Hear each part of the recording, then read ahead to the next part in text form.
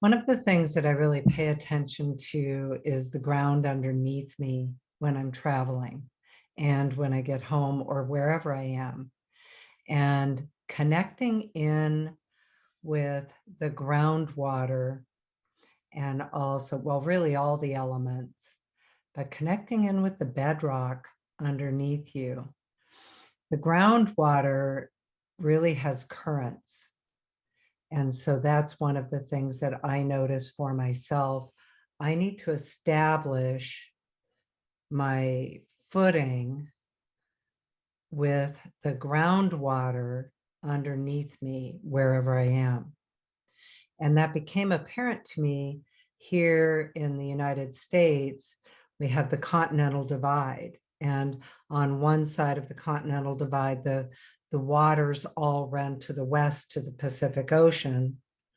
And then on the other side, the waters run to the east to the Atlantic Ocean. And of course, south too. So it's not literally, but they go a different direction. And I've often noticed it with people. It's also can be cause being directionally challenged. Some people are more directionally, their mind works that way, and some less. But I notice for myself that that's one of the ways that I make sure I connect in with the direction of the energy that I'm in. And so as I'm saying that, I'm realizing that I actually didn't take the time here yet to do that. And it's reminding me of, like, that's one of the things that I really do to stabilize, is to just take. And so, the how to on that, I'm doing it as we're speaking. Right now it's on the fly. A little bit later, I'll do it a little bit more intentionally. And there's all different ways you can do that. I'm a believer that our homes are made of the earth. And so I can do that in my home as well, even with the whatever surface I'm in, or let's say I'm up stories up high. I still feel like I can make those connections with the earth. At the same time, of course, I love being out on ground, on dirt. Um, and so, but I've learned not to make that a requirement, but something I get to do. When I was on Mount Kurama, and we were there for 2 weeks, and also Kyoto, which is, just really spiritual ground. It really is. There's a lot of connectedness there to be had. I don't know if everybody experiences it that way, but if you want to connect in that way, it's very easy to do there. And of course, we were on Mount Kurama, which is where Yasui received Reiki and connected in. And, it's been a holy mountain, or a sacred mountain, I think since the 8th century. So a long time. And so the energy there is very palpable. The spiritual energy, the life force energy, of course, is very easy to connect into. And I think we all do that in different ways, and even at different times. And so anyway, that is something that I'm aware of when I travel to a place like that, is to think about the ground underneath me, the actual earth that I'm walking on. If I'm in a building, what that is, just connecting in with that underneath, as well as, we often think about connecting in above the earth and the movement of the earth. Our body is really aligned with it. And particularly, as we've been talking about, we've had so many astrological transits occurring, and the same thing with the recent eclipse. Robyn was more engaged with that.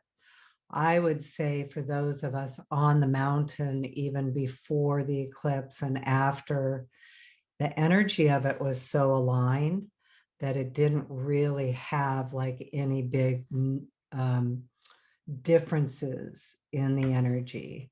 Of course, we all felt it uniquely and individually.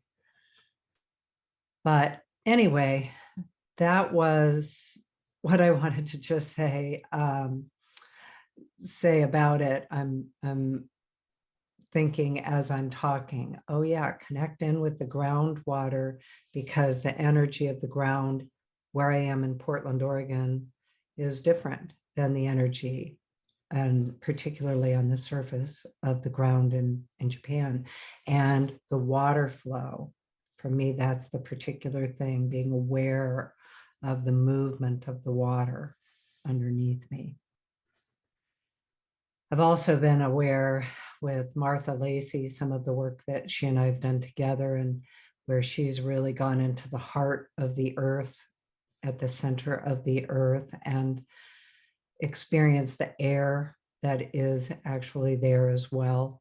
We think of it as, all the other elements, but there's air there too, and water there too. Because Mount Kurama is where Yusui Sensei received the gift of Reiki, and so it's a very sacred spot for Reiki practitioners who practice Yusui Reiki.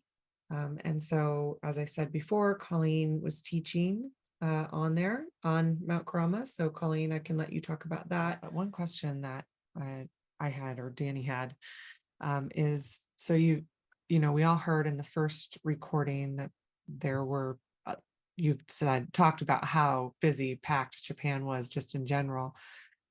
How did you get the second video with like nobody in that spot? Well, this was during the first week of the first master class. And that was a very busy week up on the mountain. Both of these videos were. And I, the first one where I was with the tree was in one location, and then the roots were in another location. And I was there at the roots later than I was at the first location. And I kept looking for kind of a place to be able to be in silence. And it was actually, there were a lot of people.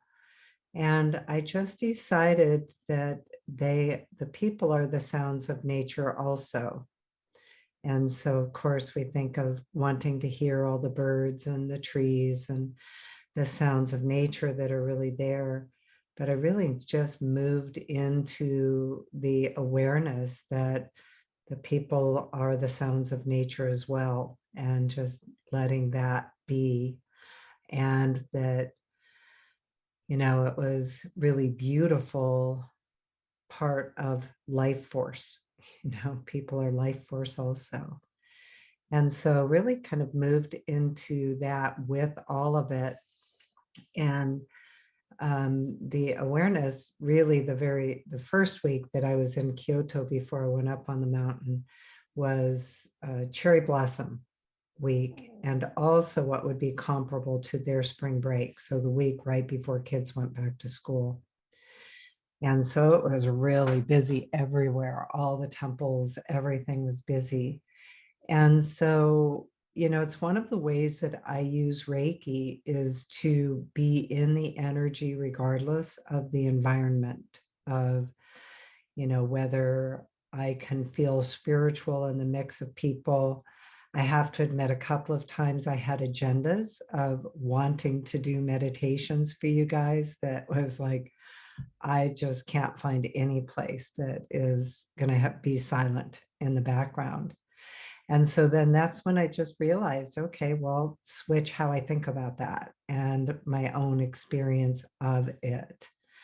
And it's really interesting watching these. This is the first time I've watched them, of course. And I just got back. So I was there on Saturday, and this is Tuesday. So just got back, and I was on the mountain all the way through that time. And so it was really neat to kind of go back into this energy, um, that I was there. And so, but then it actually gradually got had fewer and fewer people as the week went on. Kids went back to school, and so the mountain became even more private. Couple of the days it was super cold, so you get up there and you're on a mountain, so and in the trees, and the wind was blowing, and of course we had said thank you to the four winds, and they replied. So um, one of them was really fun when we were up there and doing an ignition on the mountain, and we were there and it was really cold, and so we're all trying to, just because we really wanted to do the ignition on the mountain, and so we're all trying to be okay, and like, it's okay, I'm okay, I'm warm.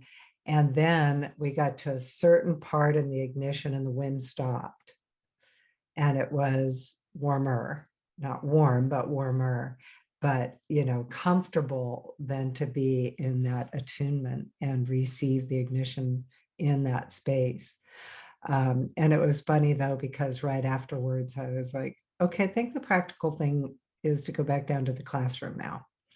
So the other really fun part is that we actually stay, it's kind of like a big slumber party at a ryokan inn at the base of the mountain. And even though it's not on the temple, it's still on the mountain, it's still on the land, and very um, traditional Japanese style of hospitality and locations. So we went back down to the classroom to do some more of the work because it was cold. Um, but there's all different parts, and like I say, I've just gotten back, so I have all the practical things to do, like laundry and family and unpacking and integrating and answering emails. I'm way behind on those. If you've sent me an email, I'm way behind on those. And so catching up, and you know how that is, reintegrating back in. But I will be sharing more videos and more photos as I get a chance to kind of see what I even have, because I did quite a bit. And so there were different times that I had opportunities, and maybe I only had a few minutes. So I have quite a few where I went into the Reiki ideals, and also for myself, um, to be there and to be in the energy of it all. So anyway. You want to tell us a little bit, so because not everybody may know what we're talking about when, and this is kind of an impromptu interview. Sorry. No, that's good. That That'll first, be helpful, actually. yeah, that first spot in the tree is where it's believed to be where Yasui Sensei received the enlightened energy of Anjin Ditsume. And we'll put that in the chat of how you spell that. But you want to just talk a little bit about that and what we're talking about when we say Anshin Ditsume and the Reiki energy. Okay, so the first video, it's hard to know because he was on the mountain for 21 days, and it's remote now. In 1923, it would have been very remote, and so it's hard to say exactly which spot he was standing in. Probably one of the main reasons that it's thought the spot that we were in, right there with that tree, and with the roots, is because of the roots. That's the story of Yusui, and the history is that in the 21-day meditation that he did on Mount Kurama, he was there to achieve the state of enlightenment called Anshin Ritsume. And that is the state of perfect spiritual peace. And in Japanese traditions, there are more than one kind, there is more than one kind of enlightenment. And so that is a particular type of enlightenment. And he had actually studied, well, really a lifetime, because he was a spiritual scholar. But prior to the 21-day meditation, he had actually studied in a Zen monastery for 3 years, trying to achieve this state of Anshin Ditsume. He had decided that that would be the purpose of his life. And so when he didn't receive it there, that's when his Zen master told him he needed to go on the sacred mountain for the 21-day meditation and die to himself. And so he was there, and so it's not known exactly where and how much he wandered around that area. But when you're on that area, everything else would be pretty sloped. So I'm sure there were times he moved because he was there at this time of year and it was cold. So one of the days it was really warm. It was up to 80 degrees, but I mean, it wasn't freezing other than those couple of times, but jacket weather, you need to be, definitely wearing a coat. So anyway, as the history is told and by him, is that on that 21st day, he received the great Reiki light like a bolt of lightning in his third eye. It knocked him unconscious. And when he awoke in the morning, he realized that he had received this state of perfect peace, this spiritual state of oneness. And that's when he said, I am the universe is me. And then he was going down the mountain to share his experience with his Zen master. And that's when he tripped over the tree roots and injured his foot, his toe, put his hands on his toe, and it healed his toe and stopped the pain. So in the second video where those roots are, that's the most likely place that they're speaking of, because it's the place that has the most exposed roots in that way, and at the very top of the mountain. So right at the summit, because when you go up and in that space is kind of like a it's a not flat, but it's a flatter area, and then you go back down the other side. And so it's pretty likely that that's where he was, simply because of the nature of the land and where you would be able to be, because it was flatter and the rest of it is pretty sloped. Some of the mountain down with the main temple, and I'll post some of those photos too. And we definitely did some work there too, that some work, meditations and things there too, that I'll share as I get to it. But it's really most likely to be the place that he was. And when he tripped over those roots and Reiki energy healed his toe, that's when he knew that in addition to achieving that state of Anshin Ditsume, his spiritual purpose, that he actually also received a healing energy, and that it would be his purpose to share that energy with the world. And he made the very first decision was to share Reiki with the world, and in fact instructed all of his students in the future to share Reiki with the world, that to spread it far and wide. And it would have been more common for him to keep the Reiki energy for himself and his family. That was more of a tradition at that time, and for like a lineage knowledge that they would have had. But instead, he decided to share it and share it with the world. What I think is, maybe you guys have heard this before, but sometimes I think it's also new information, is the awareness that Usui, when he received Reiki, he did not have the system of Reiki to go with it. Reiki is the energy. It's life force energy, and it's a specific type of ki. Ki is life force, and Rei is the spiritually guided life force energy. So when he talked about receiving Reiki, he was talking about receiving the energy. The system he had to develop later, putting it into a practical application. How can he use this, and how can he teach it and share it with others?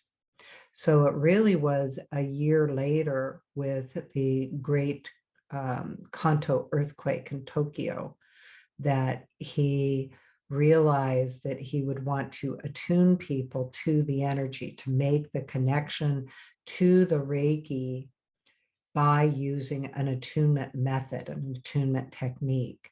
And he had to learn what those were. He had to practice different ways of doing attunements, to develop some that were actually practical and able to transfer the energy from one person to another.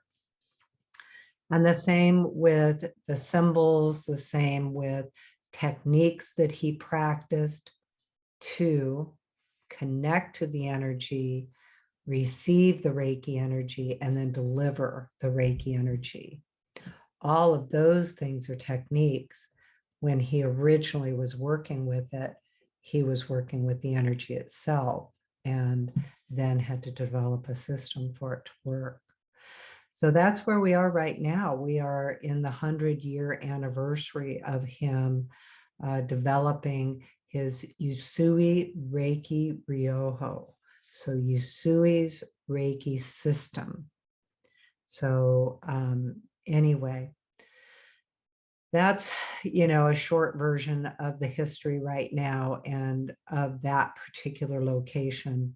Like I say, there were maybe some other spots that, you could climb to find, but that was the most likely space, just due to the actual land and, uh, where you could actually physically like sleep at night or be there during the day. Awesome.